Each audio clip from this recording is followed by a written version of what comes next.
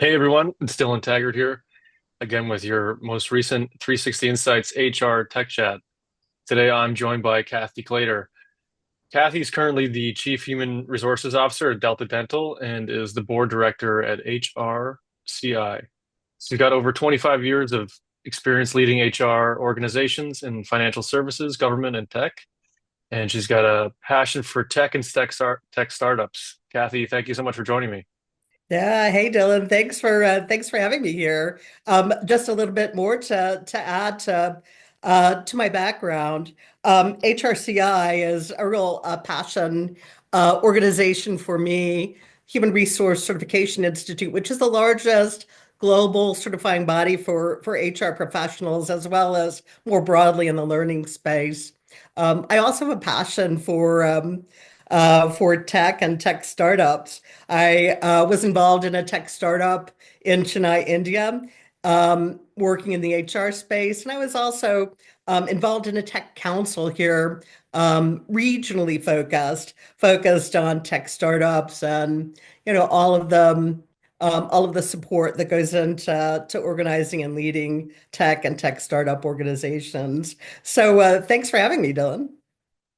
My pleasure. And with all the experience you have, I'd love to know kind of your general take on, from your viewpoint, what you're seeing in the HR landscape right now and how you've been adjusting to it, how you've been reacting to it. Yeah. So I think to sum it up, I think what we've seen is lots of unknowns and unexpected things coming our way in just rapid fire, if you will. We've seen a lot of return to work and the associated kind of HR leadership necessary to quickly have folks return to the physical office space.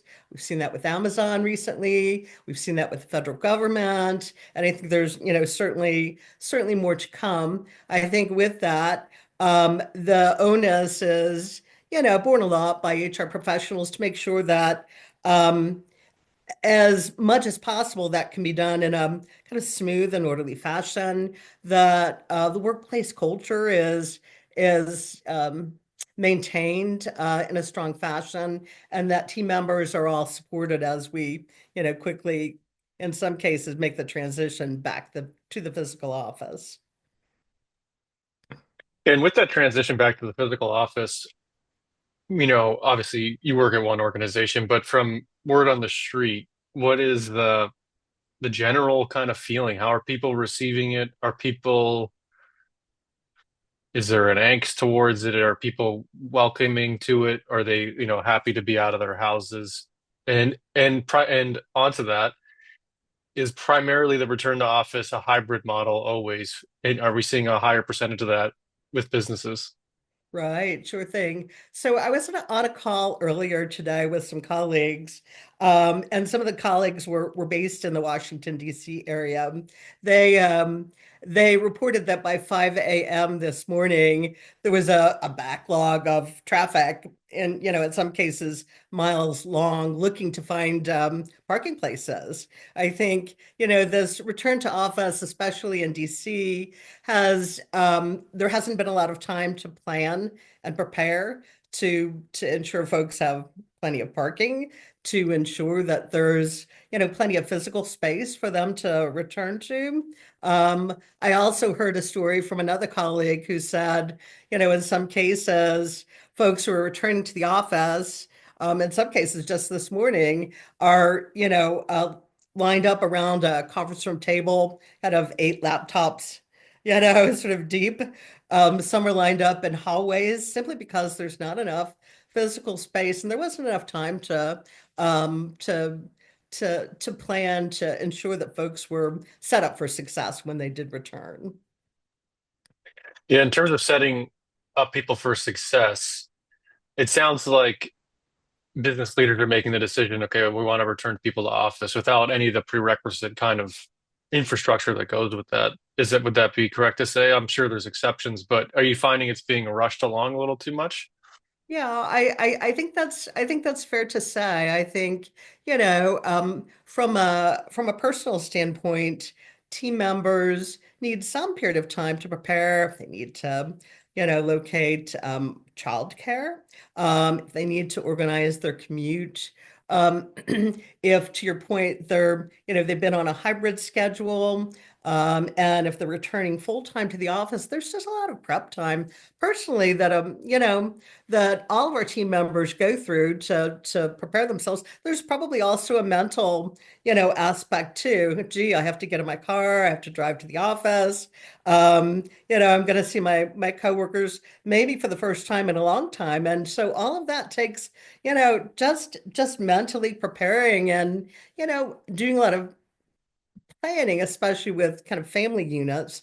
I think on the other side, um, I think that from an HR leader's perspective and an organization's leadership perspective, there is, a certain prep and a certain time frame to organize and get folks back so that they're not bumping up against each other around a conference room table, to make sure that folks have plenty of space to work, and do the best job that they can possibly do for their organization. Yeah, and for the company you work for, have you returned to office or is it still in a hybrid model? Right, exactly. So, the method that we've used has been very, very effective. We're on a hybrid model, and the focus really is on a focus on our customers and providing the best support we possibly can for our customers. And it's also on team member support too. So we've been very measured, and that's been very successful for us. So what have been some of the strategies you've done, and why do you think that it was important that HR was in charge of that aspects of the facilities management and bringing people back to office? And what could you share for people to implement that you did that worked? Yeah, exactly. So, it's interesting because in my role, I'm responsible for HR, and I'm also responsible for facilities management, physical space planning, and dabble a little bit in real estate even. So, um, in that kind of comprehensive and broad viewpoint, I've been able to, certainly with my executive and leadership team, I've been able to take a look at not just, a workforce planning kind of perspective, but also kind of physical surrounding. So, for example, as we worked towards getting folks, back in the office, we made sure that spaces were comfortable. We made sure that we had, a large enough kind of open space where folks could gather, meet each other, have a cup of coffee, sit in our kind of cafe area. We also found that it was really important for folks to have quiet spaces too. So you need a small pull-up space to have a Zoom call like what we're having here. And making sure that there's a good balance. From a kind of physical space perspective, and this is where kind of this blend of HR leadership, and facilities leadership has come into play. Made sure that natural sunlight was coming into the building. We have a building, it's a beautiful building, where natural sunlight reaches, from one end of the building to the other. We have a beautiful kind of atrium and skylight, natural sunlight coming in there. I think there are many studies that are out there talking about the benefits of, having natural sunlight. We have also a focus on health and wellness. We have a um, employee kind of gym and workout area. We also have arranged our space so that we have a big center staircase where folks kind of go up and down, multi floors.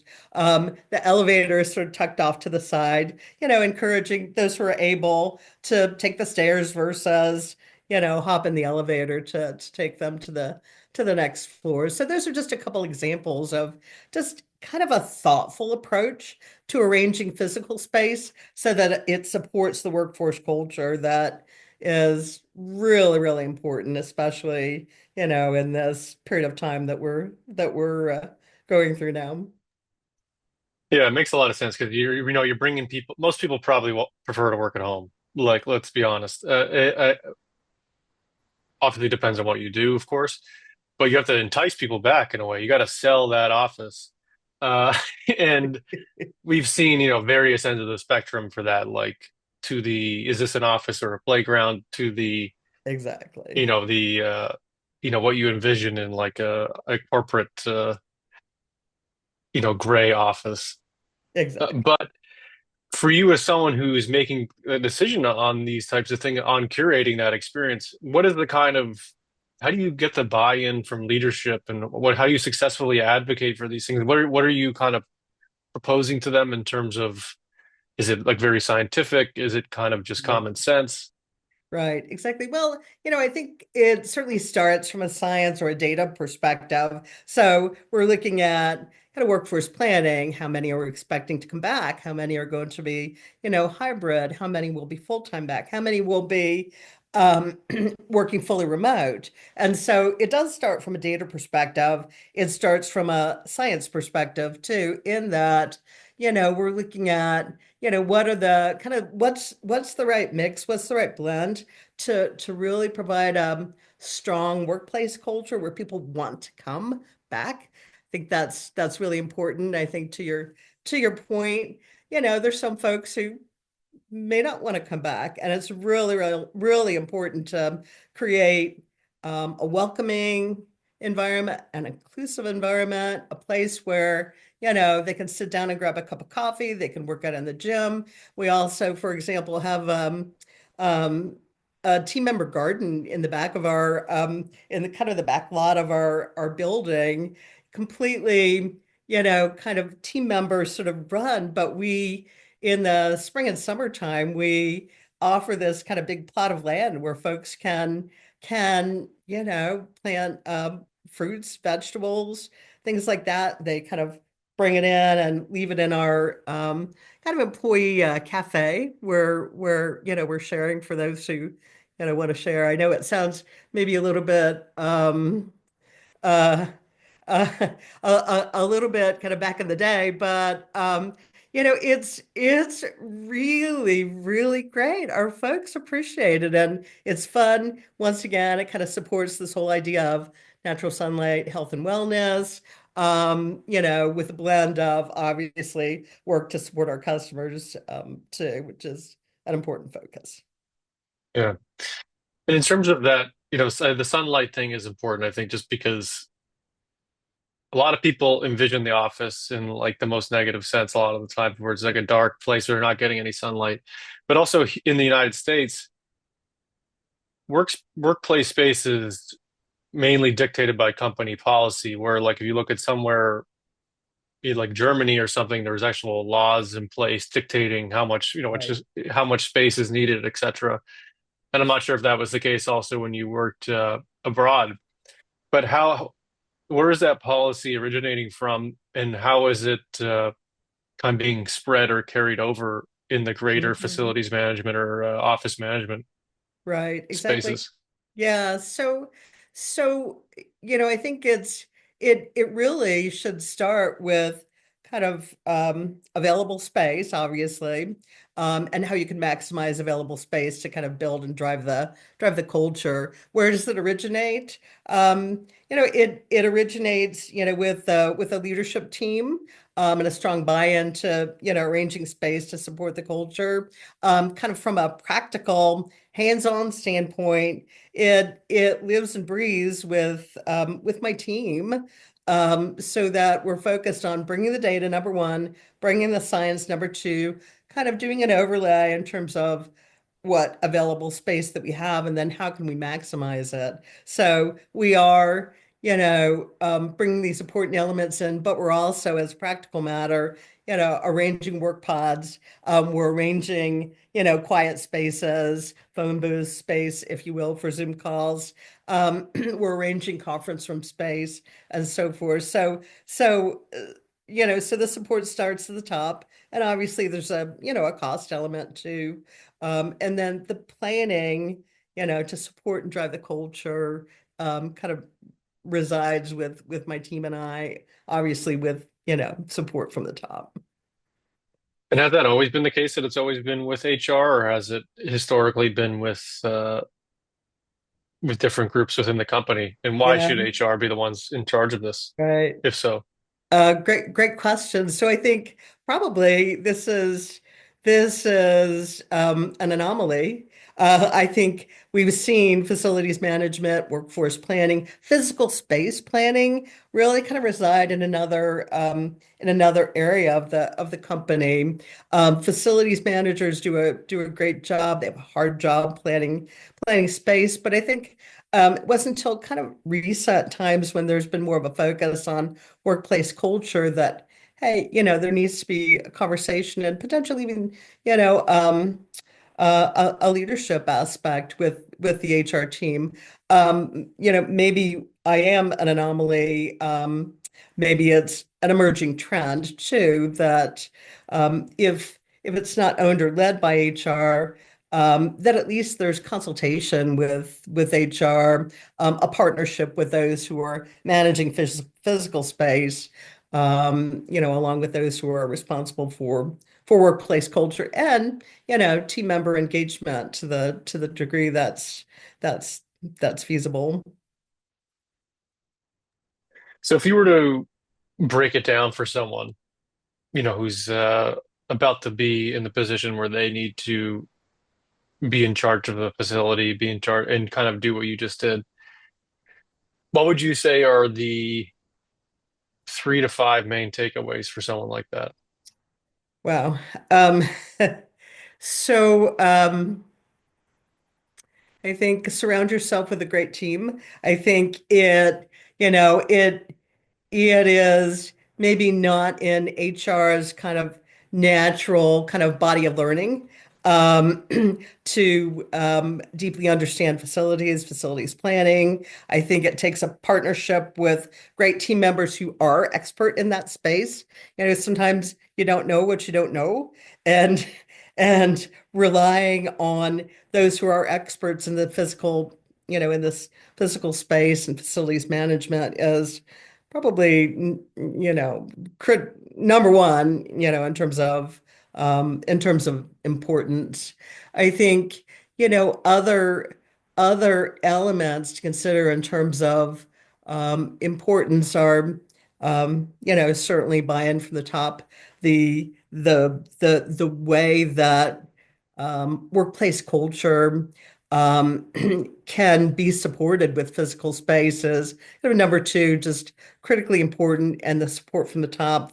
The buy-in there. Let's see. Other items to make sure to keep our eye on. I think team member engagement, measuring, employee feedback, team member feedback, to the degree that you're able, making sure that you're listening to folks. I think, as we talked about at the beginning of this conversation, folks are coming back in kind of a quick, a quick cut of pace. And to the degree you're able, making sure that you're listening to your team members in terms of, you know, are they in a comfortable space to make sure that they're able to be really, really successful in what they're doing, and ultimately they're, supporting customers, they're supporting folks within the governmental sector and so forth. Critically important to make sure you're listening to your team members to the degree that you're able. And if you're not able to, respond immediately, at least putting that in your long range planning in terms of physical space and opportunities that you might have. Yeah, and do you think that return to the office is going to be something that comes back? Do you think we're ever going to get back to the point where we were before the pandemic, or do you think that ship has kind of permanently sailed? Great question. You know, I think the ship has sailed.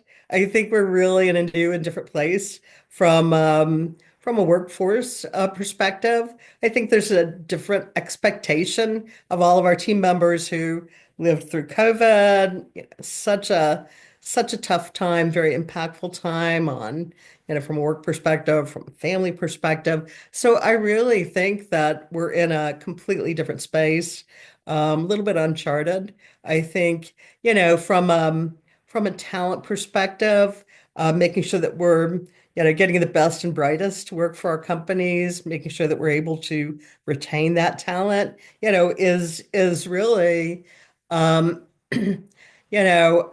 critically important for overall business success. So really, I think we need to make that pivot. And I think, what's taking place currently, current events are really causing us to kind of sit up and pay attention to workplace, to talent attraction, talent retention, and business success.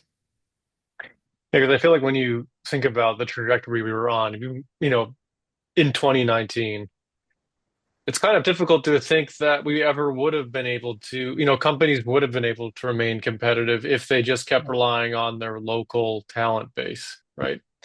In the world we're in now, where the world is a lot smaller, you kind of got to take who's the best at the job, whether or not they live in Wichita, Kansas, or wherever shouldn't matter. It's more, are they effective? Because you can't find that person anyway. Well, exactly. It's, as I said, it's about, supporting your clients or customers. It's about business success. It's, really to your point about best and brightest, wherever they live, even, in some cases around the globe. It truly is about that. And one interesting question I have that is a little unrelated. In terms of your t you were working on the ground in India for quite a while, it sounds like. I didn't live in India, but I was, a frequent flyer there, shall we just say. So Gotcha. I spent a lot of time in India. Yeah. And just as that world gets bigger and people work with people from, Asia, South Asia more often on a regular basis, how do you predict those two cultures are going to kind of interact? Because I think eventually we're all going to, people already have tons of colleagues from all over the world, especially from Right. Asia and South Asia. Hmm. How are you envisioning a future like that where you're now managing and for someone like yourself now juggling all of these different work cultures? Right, exactly. Great question. I think it starts with an openness and a willingness to be curious and learn, about your work colleagues around the globe. Something as simple as, hey, tell me about your family. Tell me about yourself personally. I'm getting to know someone kind of at that personal level that really kind of promotes workplace and, productivity, success, if you will. I think it's easy to go into a relationship, where you're, halfway around the globe from each other, either having, preconceived sort of thoughts about who you're working with. What I found is if you're open, if you're curious, then that opens the door to personal connection and work success. Yeah, I guess finding that common ground is going to be Exactly. the Yes. most important. Yes, exactly. Well, before we wrap up, is there anything else you'd like to add? So, I think this continues to be really challenging time for folks in HR roles. Or really, I think, perhaps the unsung heroes in all of this for leading through COVID, for leading through these conversations about return to office, about physical space.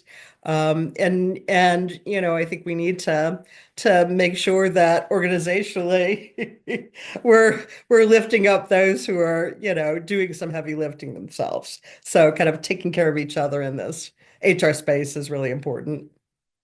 Yeah, for sure. It's definitely an unpredictable time for the profession, I would say. And Absolutely. I'm not sure it's ever going to become less predictable. It's going to become any more predictable anytime soon, but Yeah, hopefully, I for the sake agree. of all of us. All right, Kathy. Well, thank you very much. And if people want to reach out to you, if they have any questions, is there somewhere they can contact you? Yeah, sure thing. They can find me on LinkedIn, Catherine Claytor, and look forward to the connections. Fantastic. Well, listen, everyone, thank you for checking out this podcast. Kathy, thank you again for joining me, and I'll see you on the next one. Great, super. Thanks so much, Dylan.